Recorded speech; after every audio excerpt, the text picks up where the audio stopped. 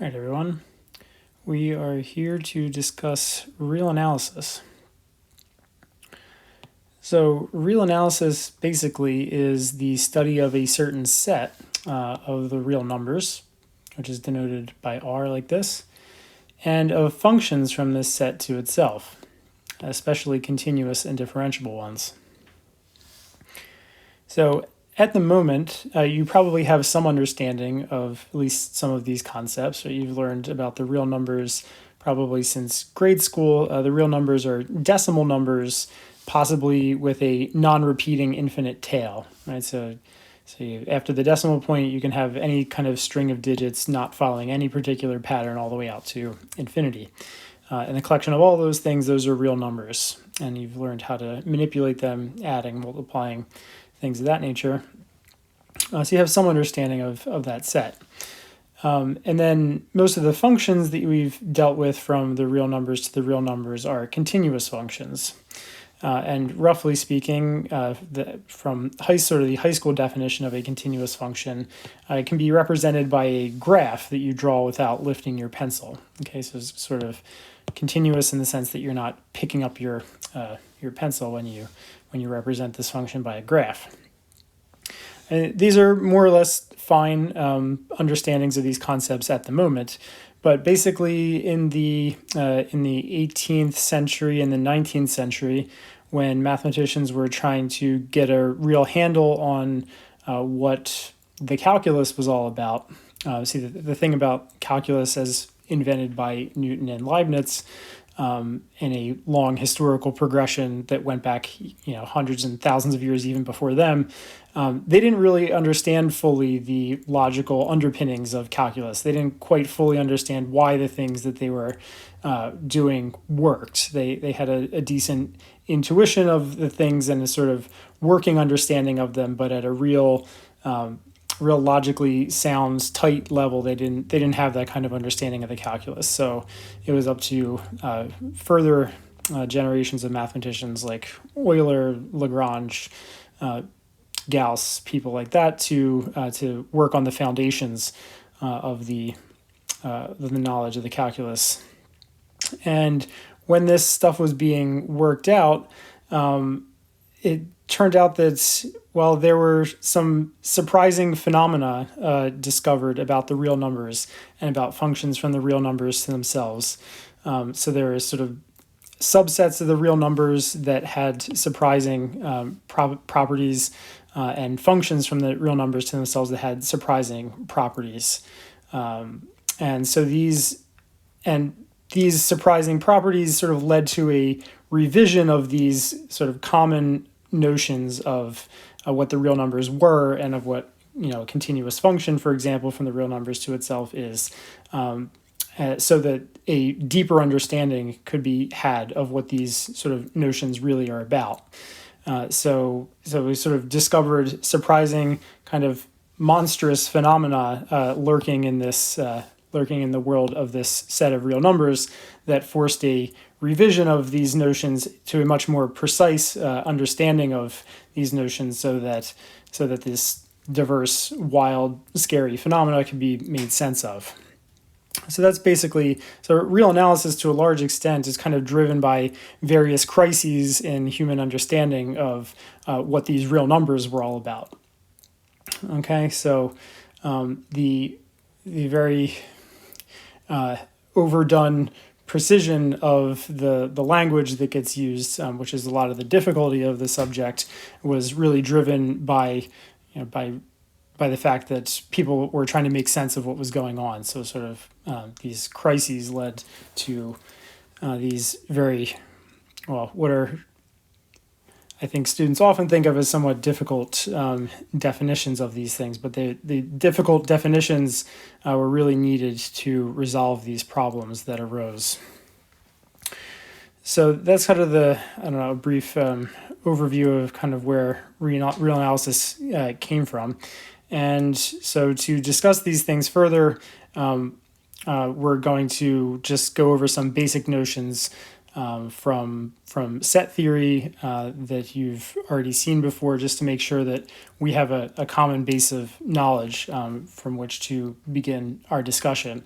And this is not right. So we're using going to be using language that was developed much later than the development of real analysis. And now we have more sophisticated tools, ways of thinking about things, a much more simplified idea of what's going on. So we'll sort of proceed from there, so we have a nice common framework to work from, and then we'll get into the real numbers once we've made sure we've thoroughly discussed that common framework. So that's what we'll do next.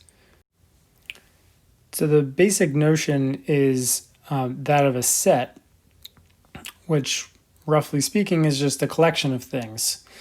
And this isn't really a very good definition in a way. It's not a very mathematical definition. It's kind of a primitive, intuitive notion that is, it should be kind of accessible to your intellection directly, without being too complicated and need to be defined in terms of more primitive things. So if you're dissatisfied with this idea of a set as a collection of things, then you should take a course on set theory. So basically, real analysis is kind of grounded in set theory, and as for the grounding of set theory, well, you have to discuss that further. So this is sort of the historical progression of things. So thinking about real analysis, the real numbers led to a general refounding of all of math on the basis of set theory in the work of Cantor. Cantor was actually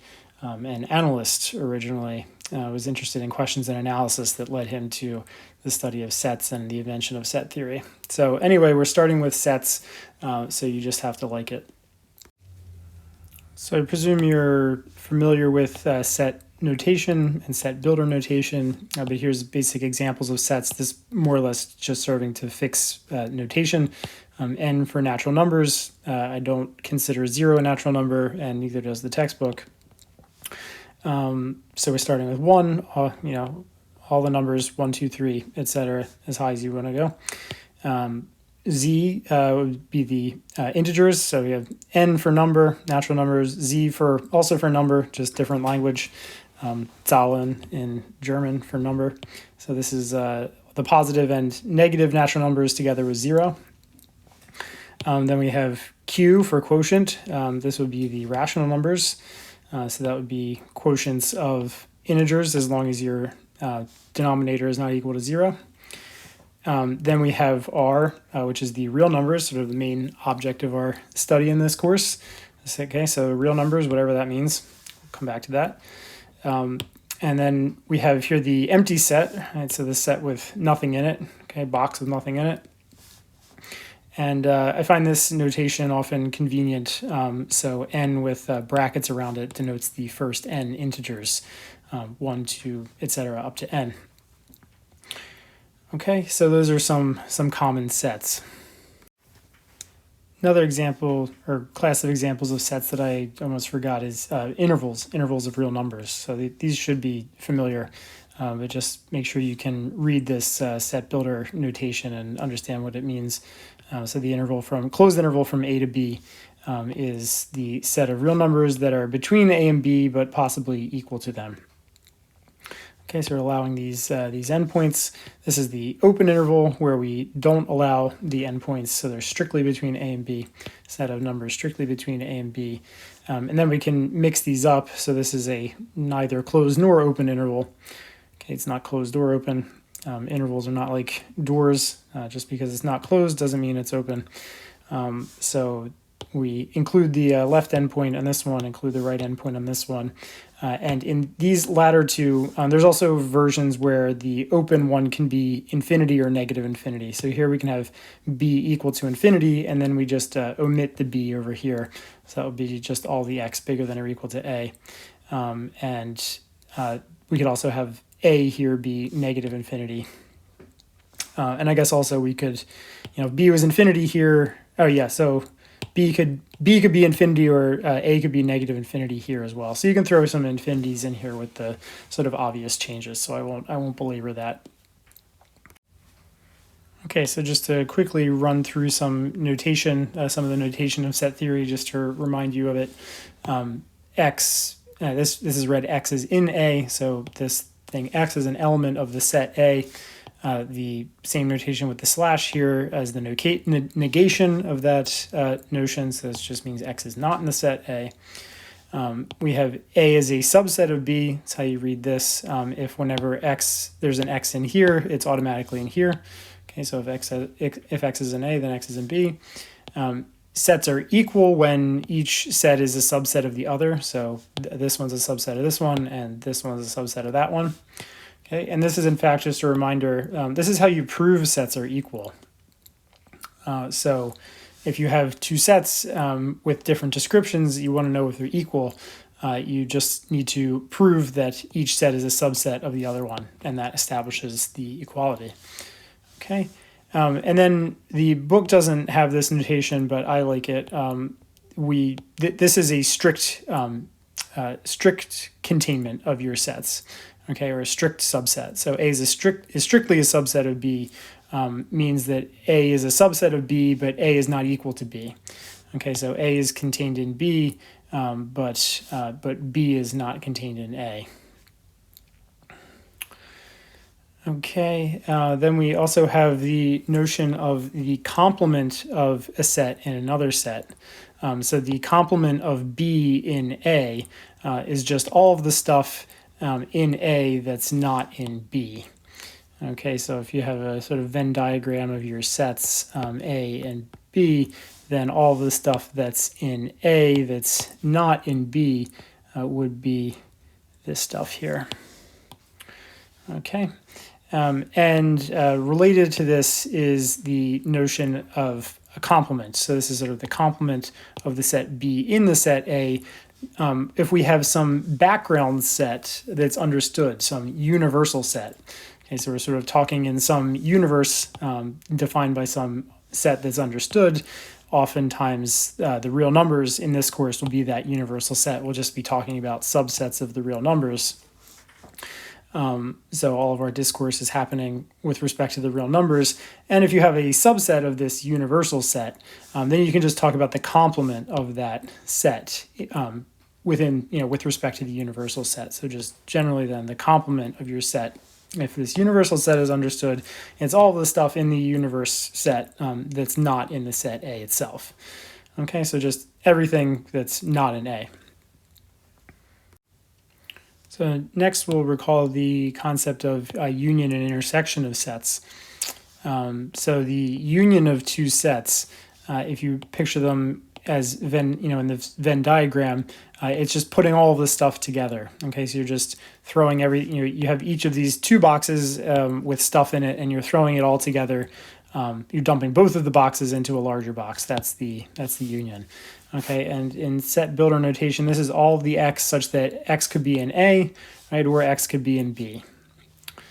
Okay, so this or, remember, this is the inclusive or that we use in math.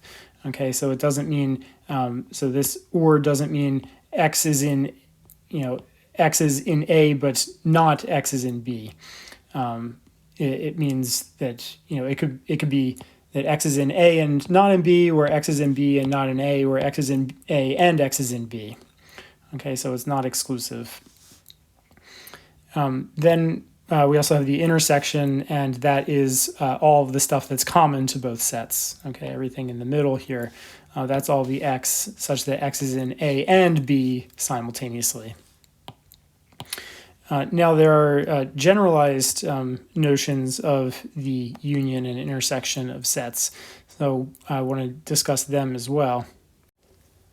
So these definitions of union and intersection generalize easily to the case of if we have more than two sets, and so we have a handful of sets, say A1 through AN, their union we can denote concisely this way: union from I equals 1 to n of our sets AI, and that's just all of the X that you get by throwing all these AIs together. Okay, so it's all of the X such that, so X is in this union if X is in at least one of these, right? It's in the big bucket where you dumped everything if it came from at least one of these sets. Okay, so it's the set of x such that x is in AI for some I from 1 to n. Remember this, I defined this notation above. Okay, so for some I, x is in AI, then it's going to end up in the union. Whereas for the intersection, which we have analogous notation, it's all the x that are in all of these sets simultaneously. Okay, so such that it's the x such that x is in AI for all I from 1 to n. Okay, so notice the change from some to all here. Okay, so now we have this this set of numbers from 1 to n sort of labeling our sets here. And in fact, I mean, we can generalize this further. We can generalize this to the case where we're talking about an infinite number of sets as well. So if we have an infinite number of sets, A1, A2, etc., we can consider their union, notation analogous to before, except now we have the infinity up here to indicate that we have an infinite number of sets. And again, it's the same definition. It's the x such that x is in at least one of these. Okay, so x is in AI for some I. Okay, so now I is in the natural numbers. And the intersection is all the x that is in all of the AI. So x is in AI for all I in the natural numbers. And actually, there's sort of a pattern here. We have this. Right, we have the same sort of language here, x such that x is in AI for some, and then for all, for some, and for all. The only thing that's different between these two things is that we have a different set here. Okay, so so the sets that we started with, they're sort of labeled by elements of another set. Right, so here we just had a finite, sort of standard finite set, the first n natural numbers. Here we have the infinite set of natural numbers. All we did was sort of change the set that was labeling all of our sets, all of the A sets. Okay, so we had this collection of sets is sort of what we care about, and then we had different ways of labeling them. So there's a common generalization of this, which is a union of indexed sets or an intersection of indexed sets, which I'll write down for you now. So the general situation is then if you have a bunch of sets which are labeled using elements of some other set, capital lambda is often the letter used for this labeling set, then this is called an indexed family of sets. So here your sets are these A's, okay, so you should think about them like the A1, A2 above, right, which had natural numbers as labels, but now the labels are just coming from some other set, which you have fixed in advance. And so it could be the case that it's more natural to label whatever collection of sets you're looking at using the elements of some other set. So for example, you can consider this family of sets which are indexed by a real number. So A sub x here is the set. So this is just an example. So this is my definition. It would be the set of real numbers whose squares are less than x, say. Okay, so this is naturally then labeled by x. Right? You're going to look at all of the real numbers that, when you square them, are less than this x. Well, such a set is naturally labeled by that x that you're fixated on. Okay, so it would be kind of pathological or weird to try to label these sets, with in some other way. It's just sort of natural to use x to do the labeling here. Okay, so there are potentially other situations where you'd have some other set that would serve as a label. So you want to allow, in general, any old arbitrary set to label a collection of other sets that you're interested in. Okay, so this is the notion of an indexed family of sets. And then when you have a family of sets that are indexed by some other set, capital lambda, you can consider the union of all of those sets and the intersection of all of those sets. And the definition is basically the same as up here. It's just that instead of this set membership clause here, you're just going to have the set membership clause lambda in lambda. Okay, so I'll write that definition down. Okay, so you can probably write the definition down for yourself if you wanted based on the previous examples, but here it is. So the union of the A lambdas, it's just all of the x such that x is in at least one of these things, right? Okay, so x is in a lambda for some lambda in this indexing set. And the intersection will be all of the x such that x is in every one of these sets. Okay, so x is in a lambda for every lambda in our indexing set. Okay, so this is just saying, x is in one of the sets that we're looking at, x is in all the sets that we're looking at. Okay, so nothing fancy. All we're doing is just allowing flexibility in how we decide to designate our sets. That's all that's happening here. Okay, so we're going to be proving things quite a bit in this course. It's really what this course is all about in a lot of ways. So I want to get us started here on a proposition using some of these notions that we just discussed in set theory. So what we have is a union of a bunch of sets indexed over some set lambda. Okay, so we're considering this big union. And if I take an intersection of that with another set, that intersection actually just distributes sort of over the union. Okay, so you can just pull that union sort of across this, pull this intersection across this union, and then you have a union of intersections. And you can sort of discern this from this figure in the case where your index set is just this set with 1 and 2. Okay, so where you just have two sets here. So we just have B intersected with the union of A1 and A2. Okay, so that's everything that's in A1 or A2 and B in here in green. And you can see that's the union of this red and this blue part. But the red part, that's just B intersect A1, and the blue part is B intersect A2. Okay, so we have the union of those two intersections. Okay, so the intersection of those unions, the union of these intersections. And then we have an analogous thing when the union and intersection are interchanged. So if we have a union of an intersection of an indexed intersection, then that's the indexed intersection of the unions. And you can pause the video and take a look at, or you draw your own diagram, again, in the case where you just have two sets, A1 and A2, to see why this sort of makes sense intuitively. So in this picture, the set on the left here is sort of in green, and this intersection on the right, it's the intersection of these two sets, the one outlined in red, so everything inscribed in this red blob here, and then the blue blob. The intersection of those two is that green, and it's not hard to see that that's that. So if you care to take a look at that, just pause the video and think about it. Okay, so I'm going to leave 2 as an exercise for you. It's very similar to 1, so let's just run through this proof of 1. Okay, so what we have here is two sets, and we want to show that these two sets, they look different, but we're going to show that they're the same by showing that if we take something in here, then it has to be in here, and then conversely, if we take something in here, it has to be in here. Okay, so we're just going to show this set is contained in this one, and that this set is contained in this one. So if we, let X be in B intersect this union,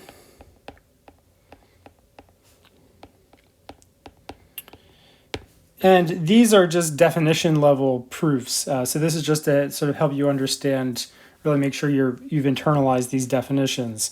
So you just sort of unwind the definitions. There's not a whole lot that can be done here. There's not a whole lot of creativity that goes into these proofs, which is fortunate. Just a good way to hone your proofwriting skills and work with the definitions. So the fact that X is in this intersection means that it's in both of the sets, right? That's what it means to be in the intersection. It's in one set and it's in the other set. So thus X is in B and X is in this big union.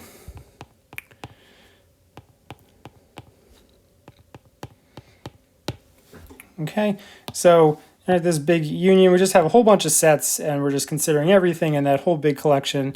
X is in that big collection of, it's somewhere in this big collection of sets. That means it's in one of the sets, right? That's what it means to be in this union. So union is an or, it's in one set or it's in some other set, right? So this means that, well, first of all, X is in B, and X is in A lambda for some lambda. Okay, and if I was being really polite and pedantic, after this line I would say, thus X is in B in this set by definition of the intersection, and this means X is in B and X is in some A lambda by the definition of this union. Okay, but you can, you can read you can read those details in, you can write them out in your own proof, but it's probably not totally necessary to say those things. You sort of assume that your reader knows the definition of intersection and union and is sort of following along. So that we have X is in B, X is in A lambda for some lambda. And so what does that mean? Well, X is in this set and it's in this set, right? So that by definition of the intersection, that means it's in the intersection of those sets. So by definition, I'll say it here. So by definition, just to sort of break up the grammar, the thus and the this means. So we'll just break up our phrasing. And so by definition of intersection,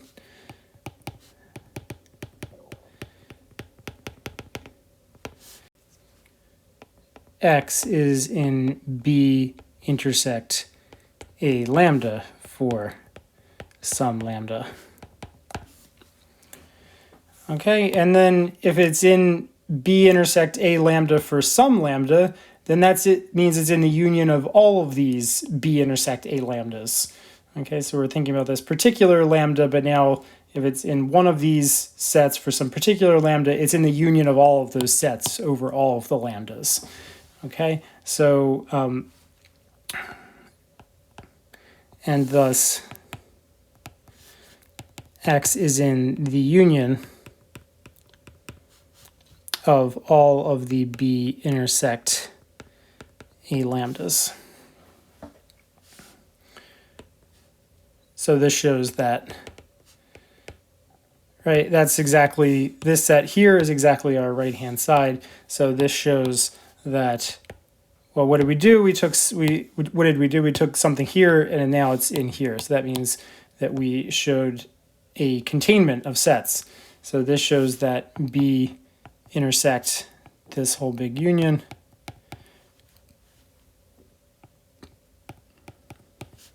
That's contained in a big union of those intersections.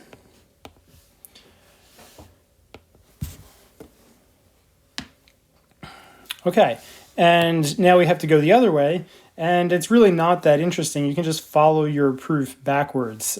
So, if you take something in here, that means it's in this big union. So that means it's in one of these things. If it's in one of those things, it's in B and one of the A lambdas. If it's in one of the A lambdas, that means it's in the union of the A lambdas. So that means it's in B and the union of the A lambdas. And so it's in the intersection. Okay, so you really just have to write the proof backwards. I will be a little bit lazy about that, maybe, so as not to waste too much time. So in the other direction, so on the other hand,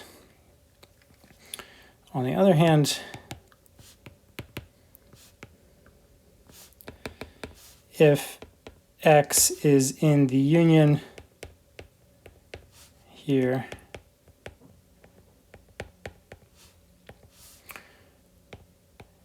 we can just read our proof in the previous paragraph backwards. We can just read the above paragraph backwards. So basically what you have is that X in this union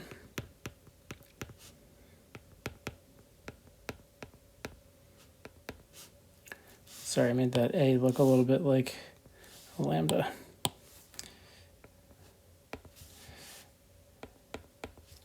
So if X is in that union, that implies that X is in B intersect A lambda for some lambda,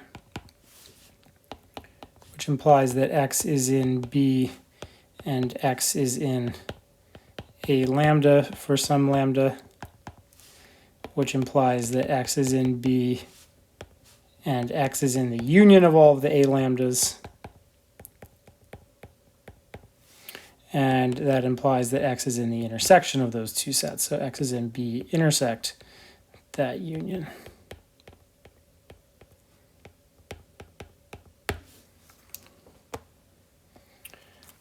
So therefore also the union of the intersections is contained in the intersection with the union.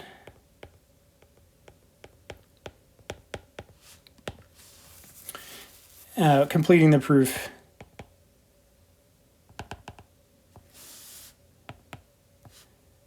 The proof of 1. Okay, so they're equal then. They're contained in each other, so they're equal. Okay, and a little exercise for you to work out number 2. It's very similar in technique here. You're just unraveling the definition. Just keep using over and over again, in the appropriate order, the definition of union and intersection, and combining them in different ways. So try to mimic the proof of, well, try to do it on your own. If you get stuck, maybe look back at the proof of 1 and see if you can modify the reasoning to do number 2. I'll probably assign that formally for homework. Okay, so that's some basic set theory thing, but using this maybe unfamiliar notion of index set, which I just introduced. Another nice rule from set theory we'll look at in a proof is De Morgan's laws. So the De Morgan's laws deal with the complement of a union and the complement of an intersection. So again, I'll end up leaving 2 for you to look at. We'll work through 1 here, proof of 1. So we have this complement is kind of a negation. So the negation of the union is a bunch of or statements whose negations are and statements. So the and becomes this intersection here, and similar reasoning down here. So intuitively, that's kind of what's going on at a symbolic level here. And you can draw this out with a few sets. If you just have 2 of these A sets here. The set on the left here you can identify with the green. If you pause the video, take a look. That green set is the intersection of 2 sets. The blue and the red are both. So the blue is I guess the red is the complement of A1 in B, and the blue is the complement of A2 in B. And then similarly down here in the second one. So this is number 1, and this is number 2. Okay, so let's look at a proof. So proof for 1, again, 2 sets, going to show they're contained in each other to show that they're equal. So let X be in this set here. I guess I should say you might want to pause the video and just try to do this yourself rather than watching me if you feel so inclined. It's up to you. You choose your own journey here on this asynchronous course. So, okay, so we're letting B be in that. And what does that mean? Well, this complement thing, it means X is in B, but it's not in this thing. So that means, thus, X is in B and X is not in this union.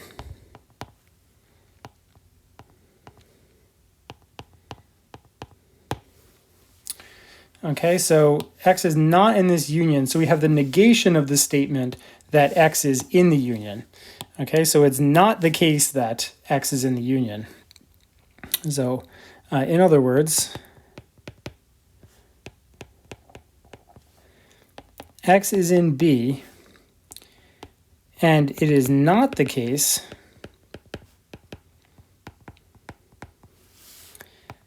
that x is in the union. And what does it mean for x to be in the union? That means that x is in at least one of these, right? So it's not the case that x is in one of those sets. And it is not the case that x is in a lambda for some lambda.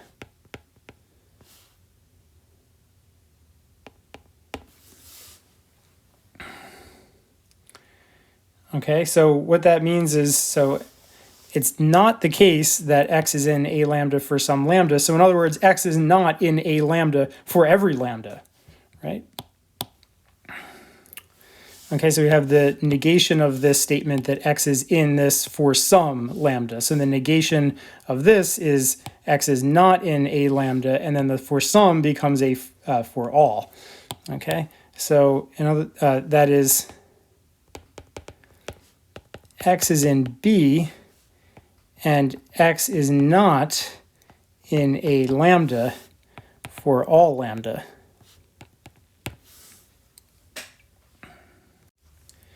So what you want to do is look at this little statement here. X is in B, but x is not in a lambda. That means that x is in B, is in the complement of a lambda in B.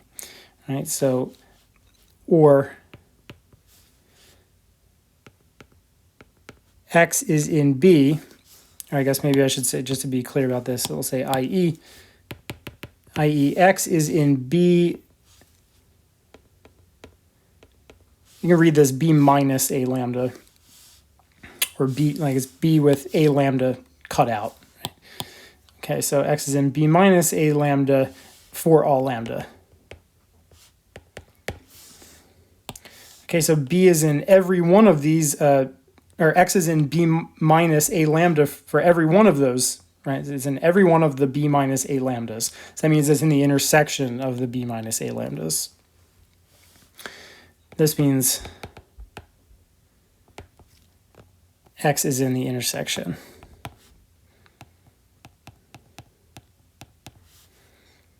Intersection of the B minus a lambdas. So what we've shown is that B minus the union is contained in the intersection of those complement sets. And then again, we basically just read the proof backwards. So on the other hand,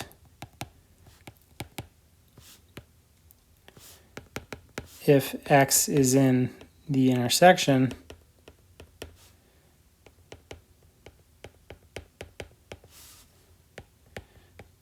we can read the above paragraph backwards.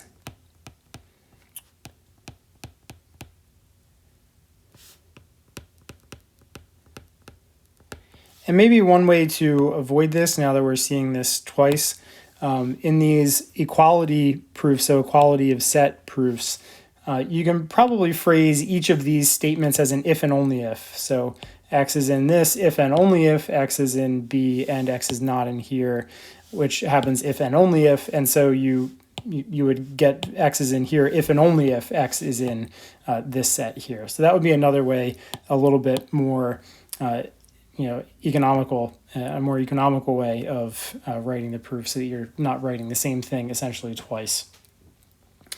We can read the above paragraph backwards the following way.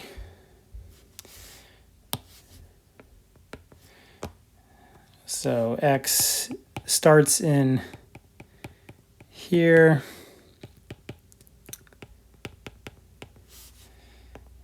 and what do we say? Well, let's just go with it. So it's in that intersection. So x is in B minus a lambda for all lambda,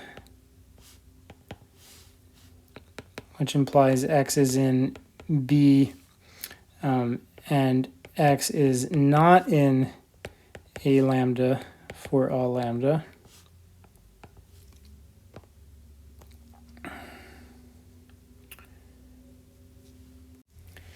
And then x is not in a lambda for all lambda.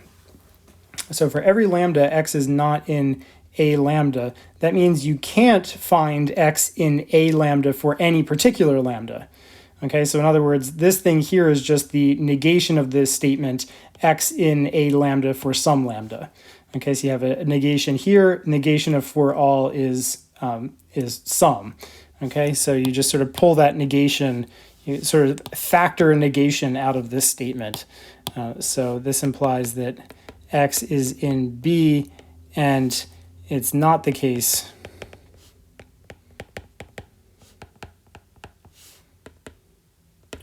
that x is in a lambda for some lambda,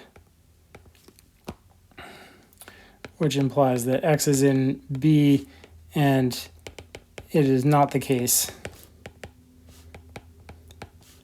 that the statement that x is in a lambda for some lambda is the statement that x would be in the union.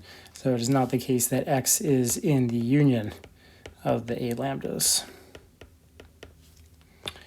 And that implies, so x is in B, and it's, and then to say that it's not the case that x is in there, that means that x is in B and x is not in this set. And that implies that x is in B minus that set. Okay, so as I said, that would have been a lot more efficient if we had in the first paragraph. So maybe what you could do, you could just rewrite your first paragraph as if and only ifs once you got to the end there. Just carefully checking that each statement is an equivalence. Okay, and so that completes the proof of that first De Morgan law. Second one will be for you to work out in a similar fashion. So now we'll move on to review Cartesian products, relations, and functions. So a Cartesian product, you probably remember, of sets, so a finite number of sets. You can consider the ordered n-tuples of elements in that set. Okay, so they're written here. So we have n elements. A1 is in, little a1 is in set big A1, etc. So little ai is in set big AI. And two of these things are equal if and only if each of the coordinates is equal. So a1 through an is equal to b1 through bn if and only if ai equals bi for all I.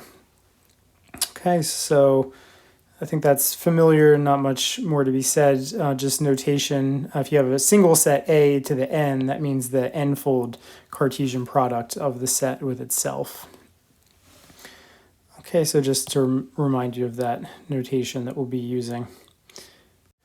So one thing we use Cartesian products to define is the notion of a relation from one set to another.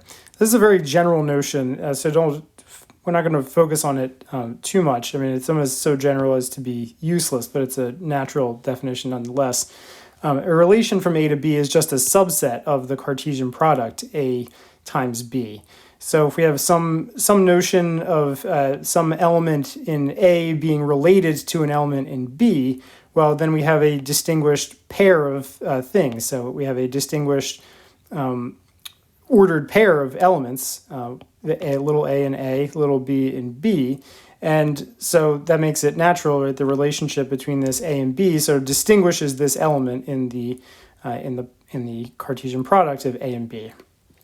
So the notion of some element in A being related to some other element in B, just, if you have a bunch of elements in A that are related to some other elements in B, then you're just going to have a subset of A times B. So it's a very general notion, but a rather natural one.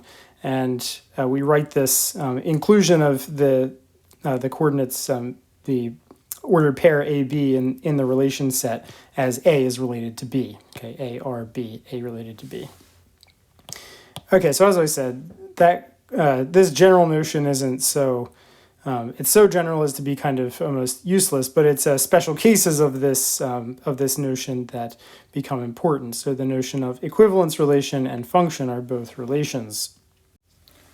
So as you might recall, an equivalence relation on a set A is a relation usually denoted by a tilde like this from A to itself. And so this distinguished subset is on A cross A, such that any element is related to itself, so that's called reflexive. Any element related to another element implies the reverse, so x related to y implies y is related to x. And so remember, these relations are kind of unidirectional a priori from A to B. But an equivalence relation is sort of, it's symmetric. It goes one way, it goes the other way. And you have transitivity as well. So if x is related to y and y is related to z, then x is related to z. And this is a ubiquitous notion in mathematics, and we'll see one a bit later, either maybe next lecture or late this lecture, I'm not sure, but soon. But anyway, we can, even in elementary mathematics, this is a pretty important notion. So for example, you have the notion of an integer being equivalent modulo some other integer. So x equivalent to y modulo d, if and only if, so the definition of this, if and only if this d divides the difference, x minus y. So this thing is defined by this. Okay, so what this means is that d is dividing x minus y. And with that definition, this is an equivalence relation. So maybe I should be clear about this. So defined by is an equivalence relation.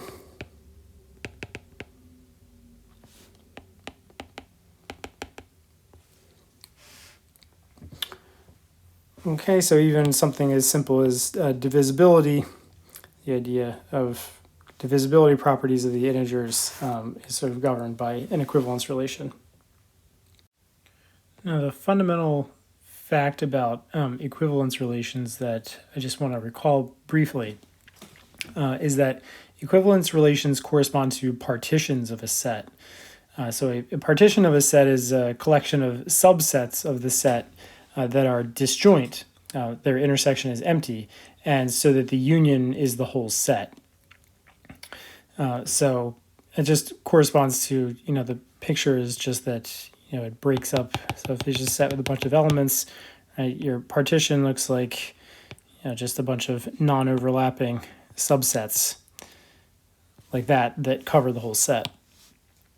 And if you have such a partition like that, this defines an equivalence relation on your set.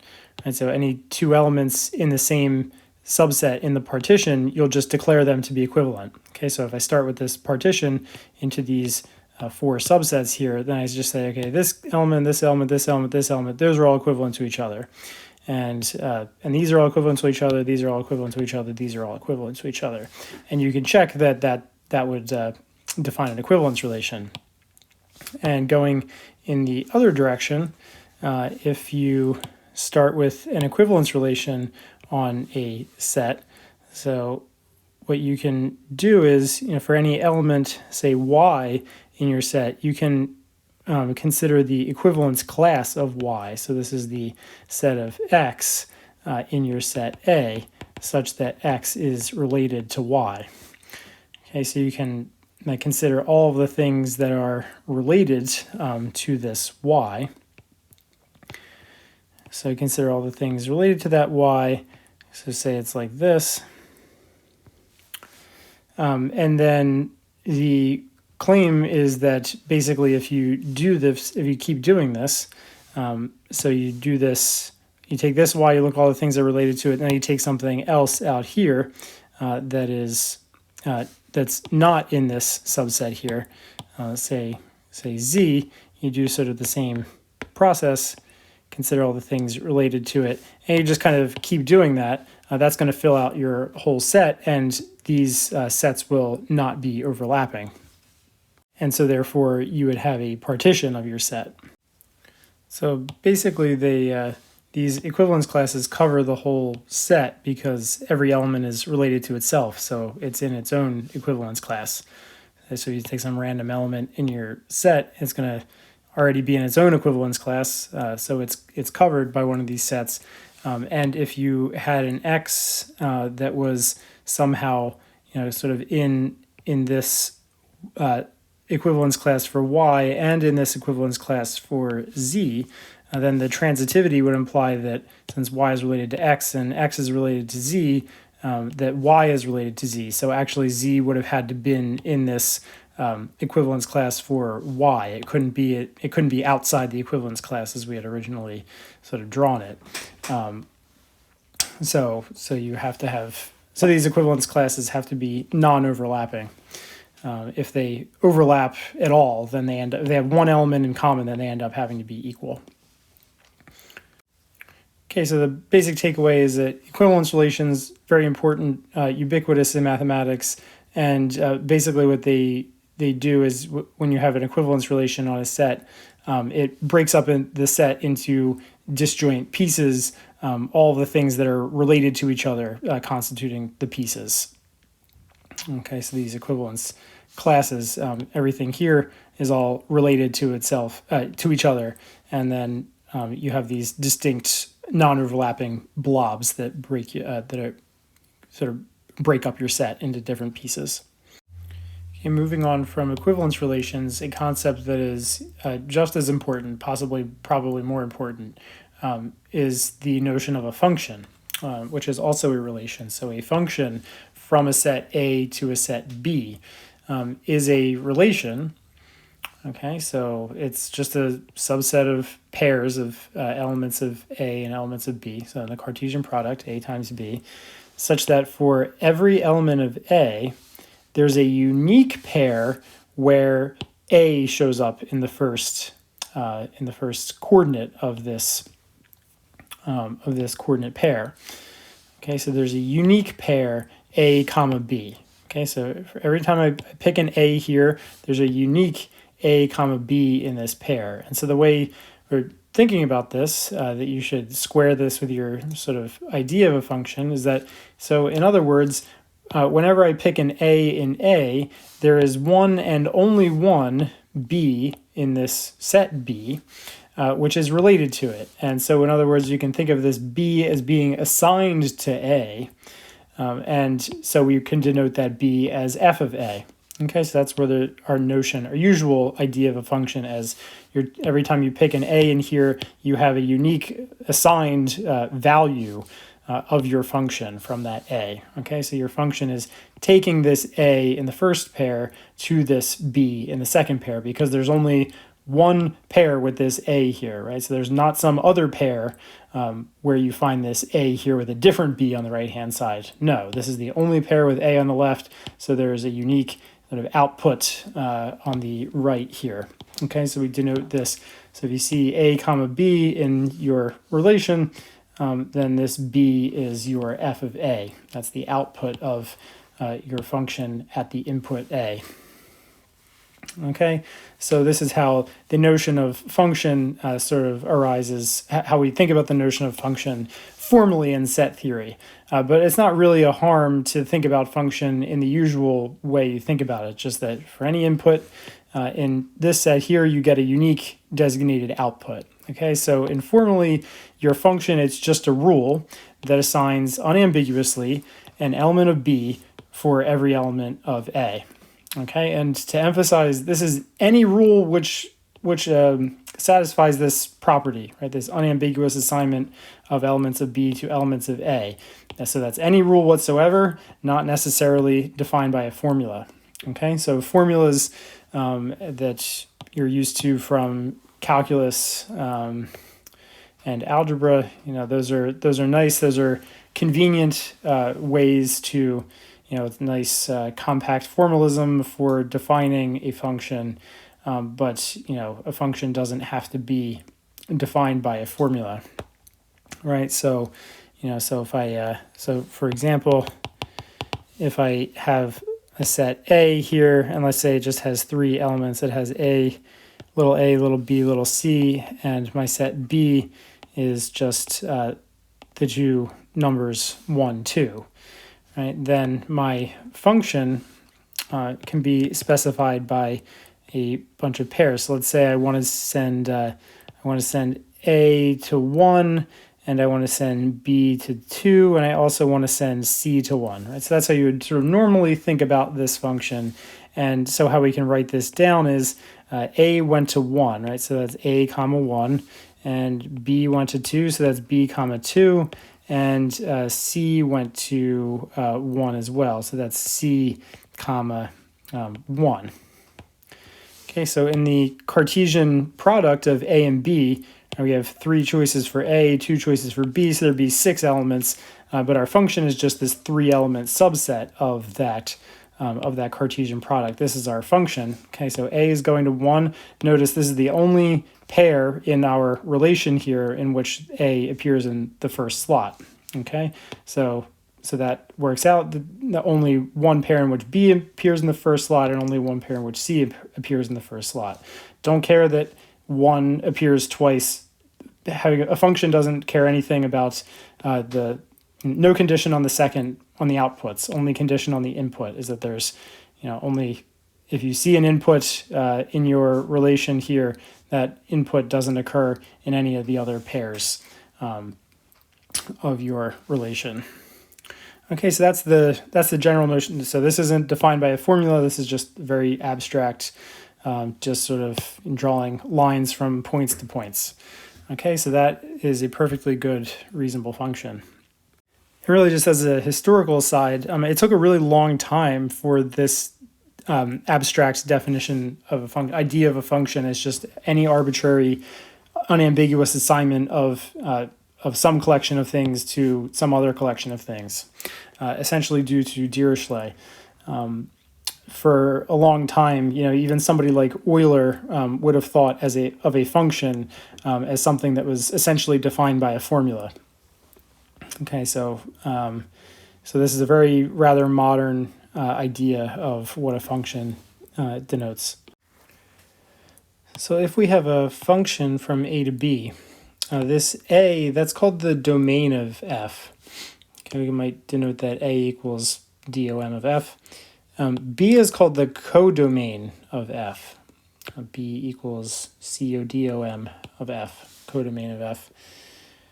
This codomain, right, so this is where sort of the values of F, right, where all of the A's land when you apply F to them, where they go, but that might not, so not everything in B might be sort of hit by F, right? So you have a distinct concept inside this set B of the image of F, or the range of F.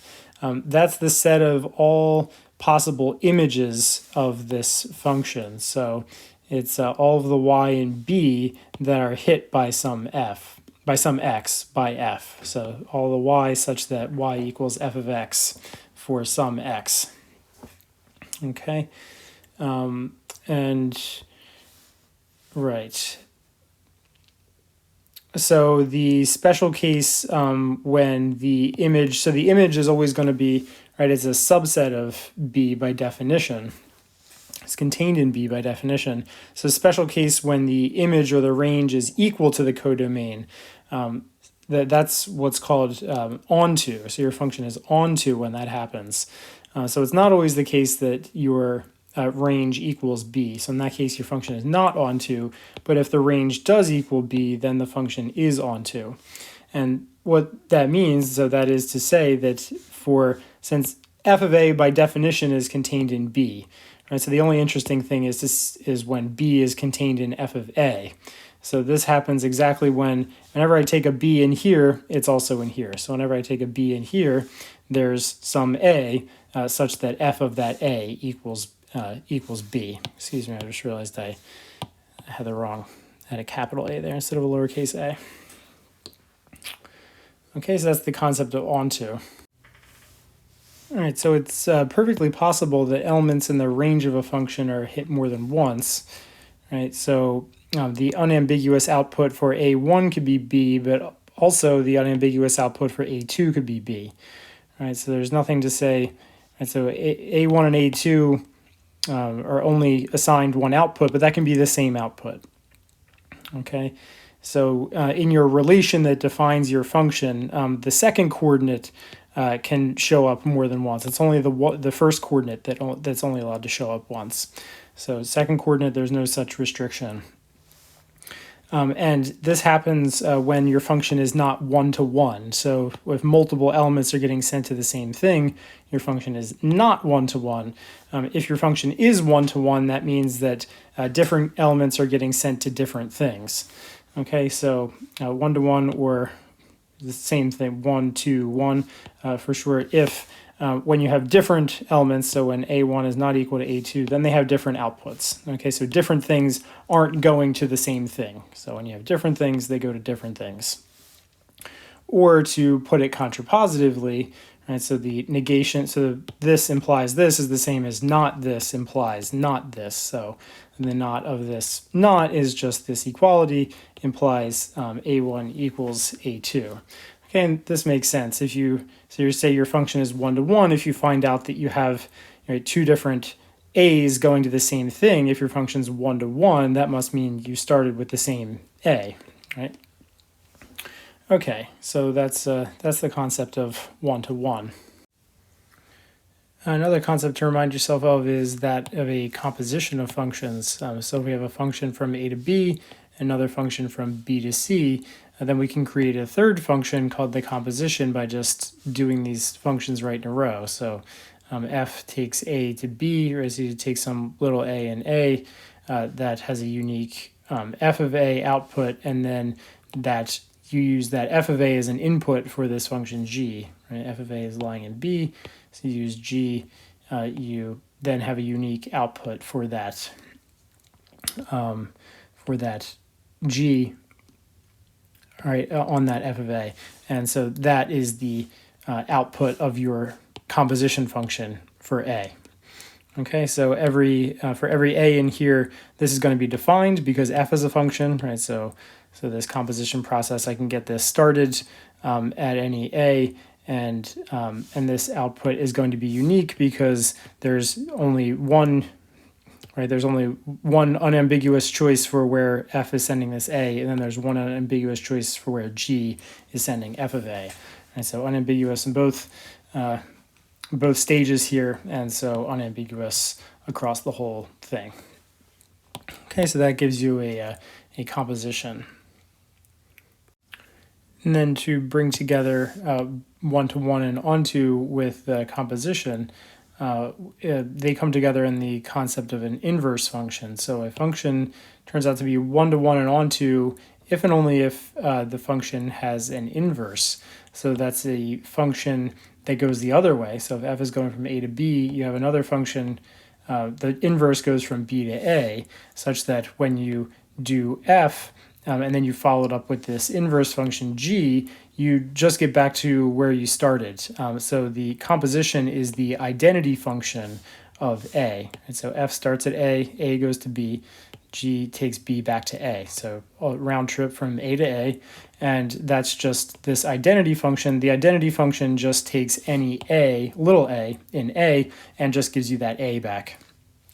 Okay, so the function that doesn't do anything. And then you also have the same thing in the reverse. So g goes from b to a, f goes from a to b. So this is a round trip from b to itself.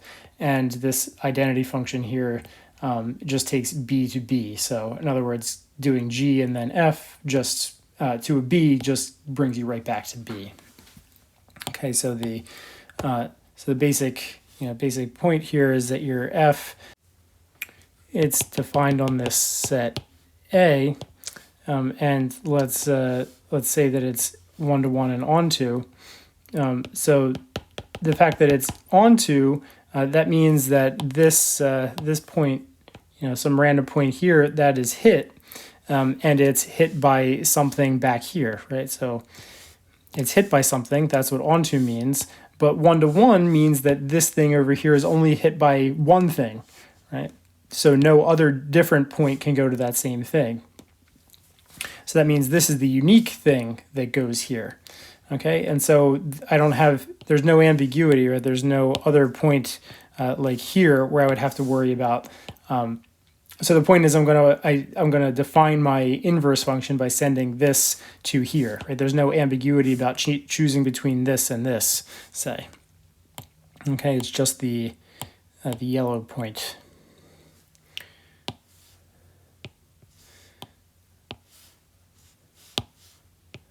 Okay, anyway, so because it's onto, we at least have some point back here to possibly send this guy to, and there's no ambiguity about choosing because of the one-to-one. So we can just define a function by sending this thing right back. Okay, so that defines the inverse. And then pretty clearly, if you go this way and then you're just going right back, that's going to get you to the identity function. And similarly also, if you're going this way here and then back with f, that's just going to get you back where you started as well. And it's not at all hard if you have an inverse function that satisfies, so a function that satisfies these two equations. Very simple exercise to see that your function has to be one-to-one and onto from that. That's a very straightforward proof, which maybe you would like to try. There's some other minor concepts related to functions that we could discuss, but I think I'll leave them to the homework. So you'll be exploring some additional notions related to functions on your own. So our last little review topic here will be on proof by contradiction, just a handy proof technique that comes up quite often. And the classic example that this gets used on is that there's no rational number whose square is 2. There is no rational number which squares to 2. Or I guess I could be a little less weird about the phrasing, whose square is 2.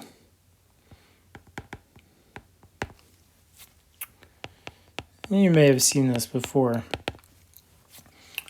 So the proof is by contradiction.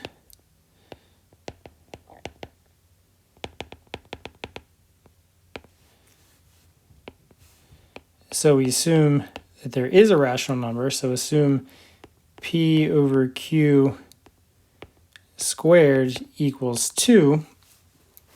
And the sort of a key little technical thing is that for any rational number, we can cancel common factors between p and q. So we can assume that p and q have no common factors, where p and q have no common factors.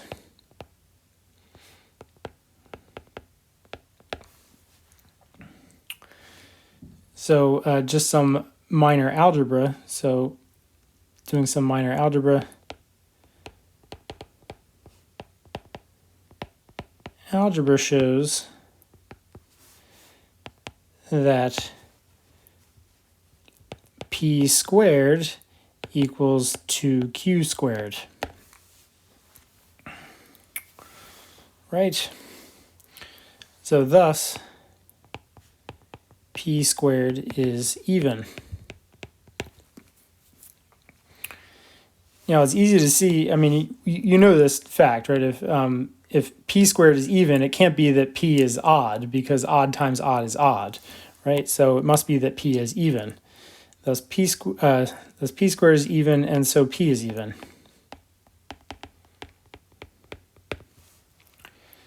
So what does p being even mean? That means p is 2 times some other integer. Right? So say p is equal to 2 times r.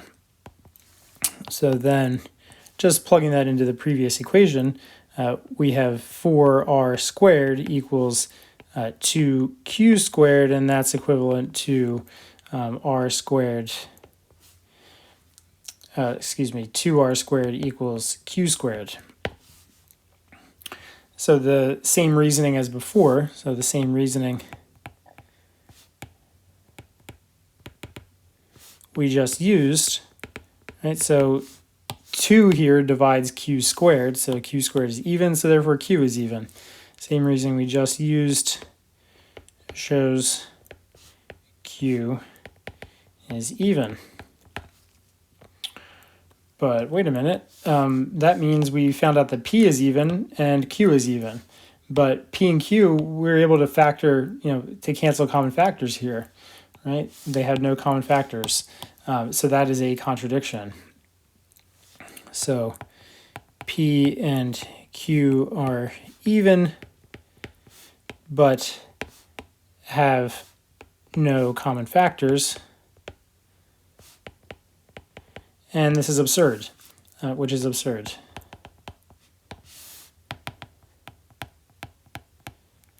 Which is absurd and a contradiction.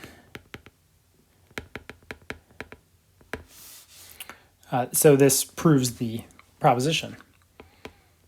All right, so we started out by assuming the truth of this proposition, well, the truth of the negation of this proposition, and showed that there's no way that that's tenable. So it's either that the proposition or its negation are true, so it must be the proposition, since we showed the negation leads to an absurdity. And a contradiction, this completes the proof.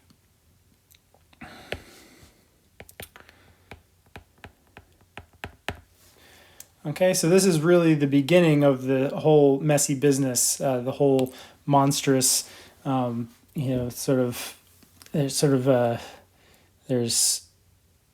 scary things lurking in the deep waters of the reals. The reals are this kind of monstrously inevitable thing. The Greeks thought that all number could be captured by the rationals. That the world was a nice safe place and everything was just down to ratios of the integers.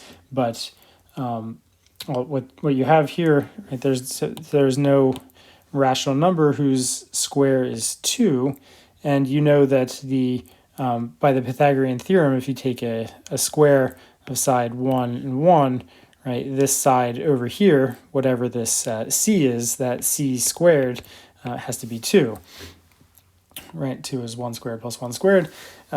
So we have a number here which squares to 2. This very simple geometric, possibly the simplest geometric construct you could come up with, and you find a number squaring to 2, and that number is not rational.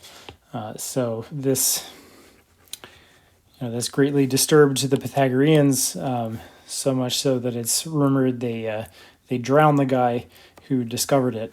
Right, so I wasn't quite lying when I said that this business of studying the real numbers is a bit monstrous. There are scary things lurking in the depths. Okay, so anyway, that's our sort of first brush with the real numbers. The real number, the square root of 2, not rational. Well, a real number that's not rational, I should say. A genuine bona fide real number. Okay, anyway, I think we'll do one more. This is theorem 1.2.6 in the text. This is an often useful thing to have in your belt in analysis.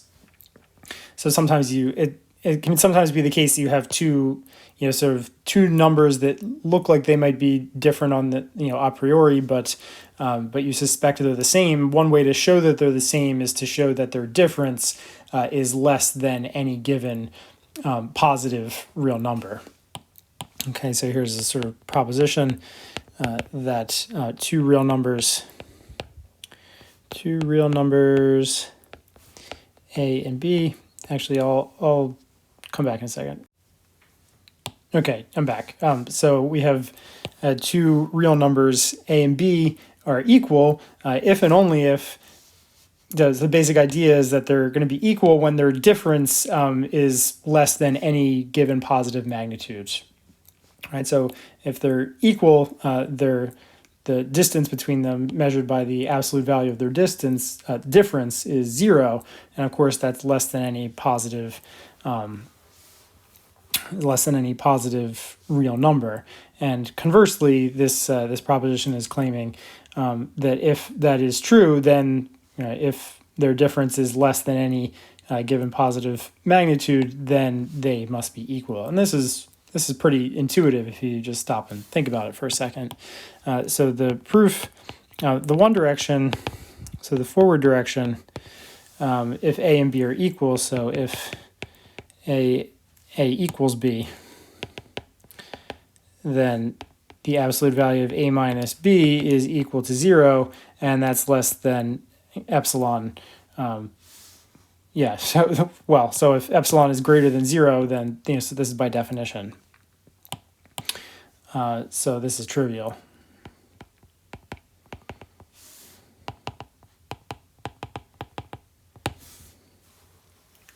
So I guess I should have said here, if A equals B, what we're really assuming is we have A equals B and epsilon greater than 0. So if A equals B and epsilon greater than 0, then A minus B is equal to 0, and that's less than epsilon.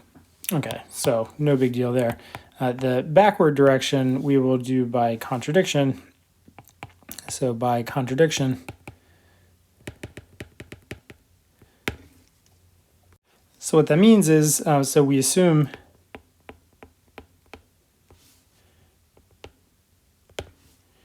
that for every epsilon greater than 0, we have the distance between A and B is less than 0,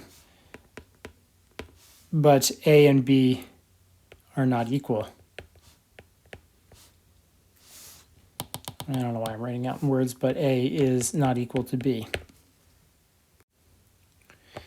But of course, this is totally crazy. I mean, if you just sort of picture what's going on, you have A and B, they're not equal, and so they have this, so their distance is this this number here, which is greater than 0, and but we're supposed to have that the distance between A and B is less than epsilon for every epsilon.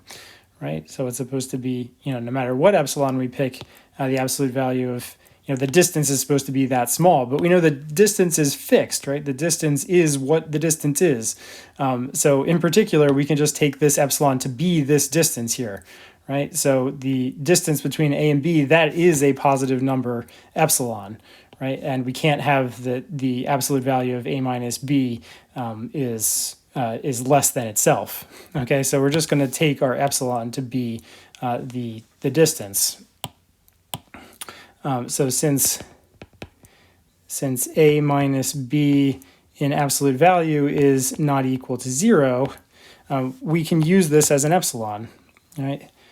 We then absolute value of A minus B must be greater than 0. So we can use this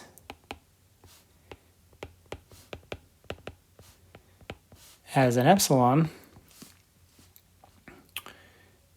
And by assumption then,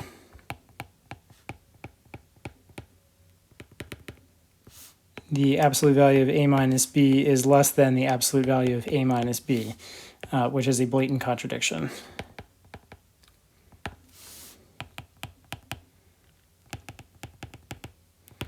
Okay, so that completes the proof there. All right, so that's going to do it for our first lecture, mostly just a review of some notions from logic and set theory.